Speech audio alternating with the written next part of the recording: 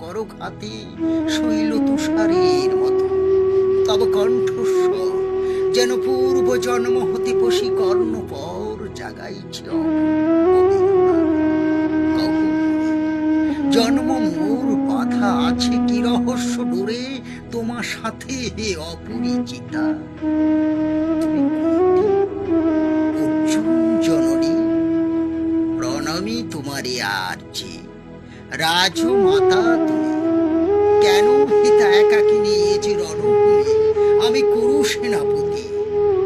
ভিক্ষা মোর কাছে আপন পৌরুষ ছাড়া, ধর্ম ছাড়া আর যাহা আজ্ঞা কর দেব চরণে তোমার।